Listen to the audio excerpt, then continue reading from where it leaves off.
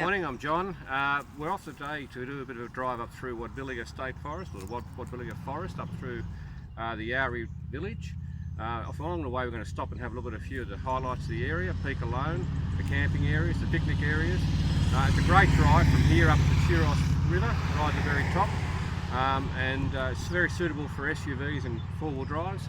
As always with something like this, you leave gates as you find them, because you do go through some private properties. And anyway, follow us along. As you head along towards Wadbilliga National Park, you can turn off onto Brass Knocker Road and come up to a place called Peak Alone. We're out for a picnic with our family today, and I've just come up here with a couple of cars. You could bring a camper up here, nothing bigger. A normal car would get up here. It's a communications tower. From the top of the hill here you can see 360 degrees to the north, Narooma to the east, Wadbilliga Lake to the south, Bega, and of course over to the west where the clouds are trying to clear.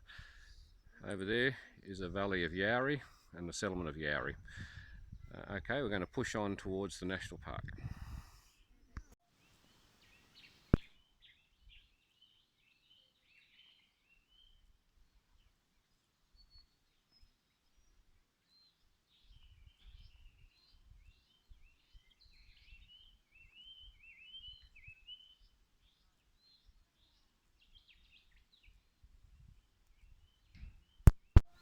So here we are, we've come into the forest. This is now Wadbilliga National Park. This is the camping area in Wadbilliga National Park, and the only people who are in here, if I do a turn around, just happens to be us. So this is fantastic, this particular camping area. The river is only a kilometre away in that direction over there, and Wadbilliga Road, or Wadbilliga, the rest of the National Park, is that way. We go through another river crossing in 5 kilometres, but for a National Park camping area, this place is just superb.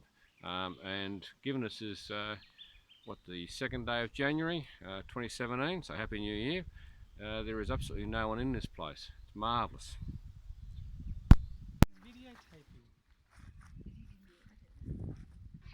We've just come up the range from Wadbilliga River down the bottom.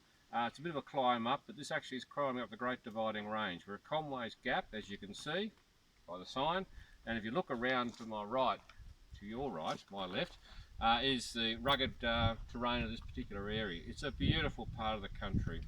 We've actually come past the camping area where you could come in with your camper trailer, camp in there for a night or two and enjoy the pristine conditions. And if you want to, you can continue on this drive with your camper trailer up this hill, and it's not a hard one to do. There is a river crossing at the top where you do need a four-wheel drive to get through with a trailer on the back.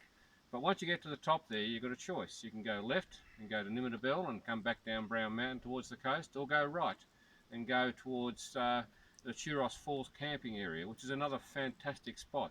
When you're done with that for a couple of nights, then you come down through the Wadbilliga Valley, and guess what? You're back down the coast.